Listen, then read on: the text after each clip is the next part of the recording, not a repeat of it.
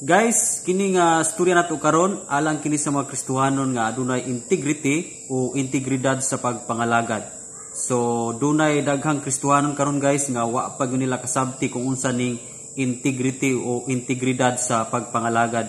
So hopefully guys ini nga video matapos nimo tungod kay makuha nimo ang lesson aning maong storya may tungod sa integridad sa atong pagpangalagad. So nindot ni guys o pwede po ni ma-share nimo sa imong kaubanang mga Kristohanon. So welcome back sa atuang mga viewers nga mga daang viewers o kadunap tay mga bagong viewers. So welcome sa atong mga storya o mga sambingay nga daghan kang makatunan. So para masabtan nimo guys inani ang senaryo sa atuang storya karon. Adunay usa ka tawo nga ga-evangelize siya. So kining maong tawo samtang miadto siya sa maong tribo sa mga Muslim, ga-evangelize siya. Dito pa lang sa pantalandaan guys, gitagbo na siya niining mga tribo sa mga Muslim. So gadala siya Bible tungod kay mag-evangelize sa dito sa maong dapit. Karon diha pa lang sa pantalan, gibabagan siya. Kay katong maong dapit, tribo gitos pure sa mga Muslim nga di gyud pasudlan og mga Kristohanon.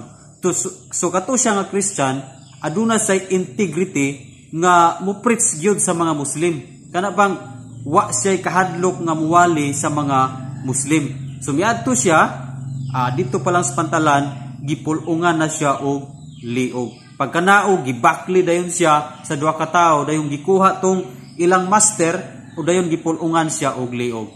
Karon pagkahumag pulong niya og liog mikalinding miligid ang ulo dito sa pantalan. Og katong Bible nga gisipitan natambog dito sa pantalan og nagkadumi sa dugo. Karon gikuha kini sa nagpulong sa liog katong ilahang leader sa mga Muslim yun sa mga tribo. Gikuha niya ang maong Bible og gidala na siyang iyahang barracks. So karon pagkagabi gibasa kini sa maong leader sa maong tribo. Og samtang nagbasa siya mikunsan ang Espiritu Santo ngadto kaniya o gipadamguhan siya pagkatulog niya gipadamguhan siya nga kinahanglang iwali niya ang kaluwasan nga iyang nabatunan. So samtang nagbasa siya mitulo iyang luha o daghan siyang na-realize ang kinabuhi nga nakamatngon siya nga sakto gud ang gituuhan sa mga born again o mga Christian. So karon pagkaugma iyaha kining giwali sa iyahang mga katribo nga mga Muslim. So nasyak ang iyang mga katribo nga kato siya nga master nakabig ug nasyak ang mga katribo ug ang tanan nakabig pud nakadawat sa kaluwasan. So tungod atong pagwali sa usa ka tawo nga gi-evangelize nga gipulong og liog, although wala man tuod siya makawali gyud sa mga maong tribo, pero katong Bible nga gipunit sa maong leader gikunsaran sa balang espiritu ug nakabig katong maong leader.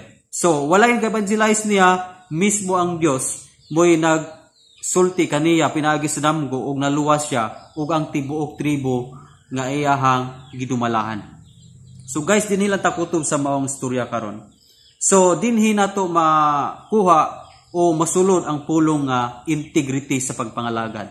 Adunay mga Kristohanon diya sa Biblia mga Bible character nga gibuhis nila ilang kinabuhi para nga adunay mga maluwas nga mga tao sama sa kinabuhi ni Daniel. Bisan si Daniel og dunay hagit nga itambog siya sa langob sa leon kung dili sa musimba sa estratua, pero tungod si Daniel kay adunay integrity no mibarog siya nga bahalag kwaon ang iyang kinabuhi, dili gyud siya mubiya sa pagpangalagad ug dili gyud i-surrender ang iyang pagpangalagad sa Ginoo. That's the word integrity. So kining word nga integrity guys sa atong pagpangalagad mao ni siya ang Kristohanon nga mobarog nga walay gikahadlukan bisan pa ang kamatayon. Now diha sa 1 John chapter 3 verse 16 nagaingon diha nga gihatag ang kinabuhi ni Kristo tungod og alang kanato, so makita nato ang iyang gugma busa niyo siya busa kita angay usab nga maghalad sa atong kaugalingon alang sa atong isig ka tawo. So makita nimo guys nga katong usa ka sambingay nga usa ka nag-evangelize sa mga tribo sa Muslim. Gibuhis niya ang kinabuhi although wala man tuod siya ka-preach sa mga tawo nga Muslim, apan ang kadtong Bible nga nadala niya nga gipunit sa maong leader kadto mo'y gigamit sa Dios nga maong aron makabig tong maong nga leader sa Muslim ug ang tibok tribo nga iyang gidumalahan. So guys, dili nato i-underestimate ang power sa pulong sa Ginoo. Kay ang pulong sa Ginoo, ang Biblia, pwede ning muusob sa kinabuhi sa tao. Daghan ang mahitabo, daghang milagro nga makuha nimo sa pulong sa Ginoo.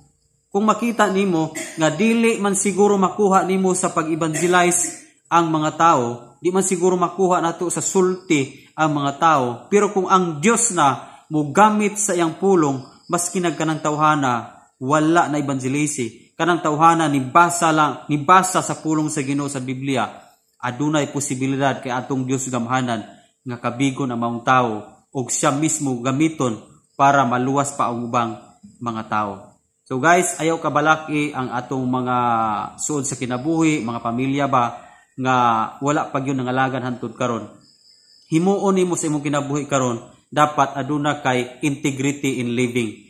Aduna kay integridad sa pagpangalagad. Kana bitang mulahutay ka, no? Wala kay gikaatrasan. Maski na ang hagit sa kinabuhi, bisan pa man ang kamatayon.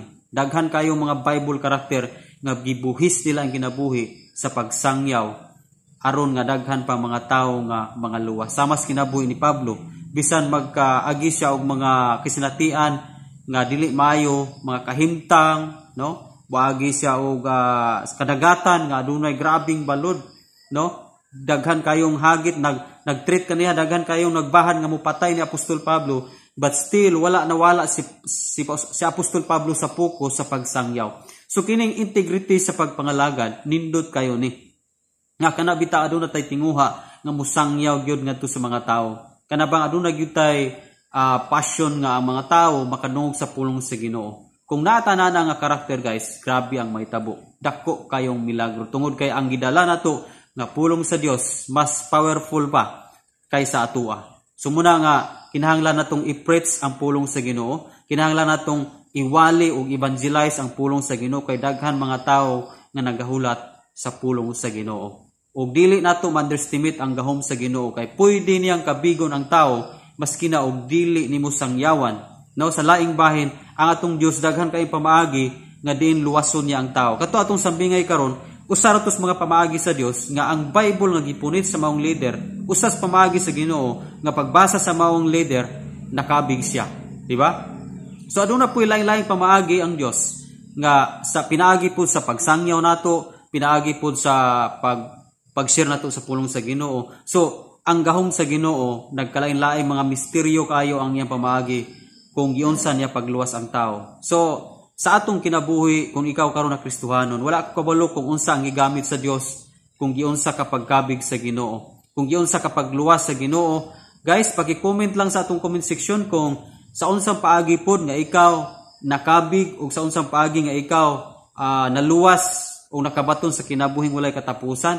So if you have time guys, paki-comment lang sa atong comment section kay managlahi ta og senaryo kung giunsa ta pagluwas sa Ginoo. Basta kay atong hibaw-an nga ang Dios mo'y nagamit og mga instrumento, ang Dios mo'y nag-arrange sa mga pamaagi aron nga kita mahiduol kaniya o makadawat sa kinabuhing walay katapusan. Dinana kanindot guys. Mudang magkinabuhi gyud ta diha sa integrity, no? Kinahanglan sa atong pagpangalagad aduna kita integridad. Sabas kinabuhi nilang Misak, Sadrak, Abednego, sabas kinabuhi ni Jose, sabas kinabuhi ni Daniel, no? At kini mga tawhana aduna sila integridad sa pagpangalagad. Kana bitang aduna sila kaligdong, kalig-on nga mubarog sa ilang gialagaran nga Dios, mo stand firm sila sa ilang gialagaran nga Dios. Dapat inana usab ta sa atuang pagkinabuhi guys. So din hilata kutob guys, so puli nga nakatag kita daghang mga lesson sa kinabuhi. Pinaagi sa pagkinabuhi nato uban ang integridad sa pagpangalagad. So guys, kung bago pa kaninga channel, ayaw kalimot sa pag-subscribe para updated ka sa daghan pa nato mga istorya. If you have time guys, aduna na tayo daghang istorya nga atong gina-upload about sa Kristohanon o sambingay sa Kristohanon. So, pwede po kang mutanaw nini nga video guys. Paki-click lang, direkta, daghan po kang makatunan nini nga video. God bless and glory to God. Kita-kita ito na punta sa next video upload.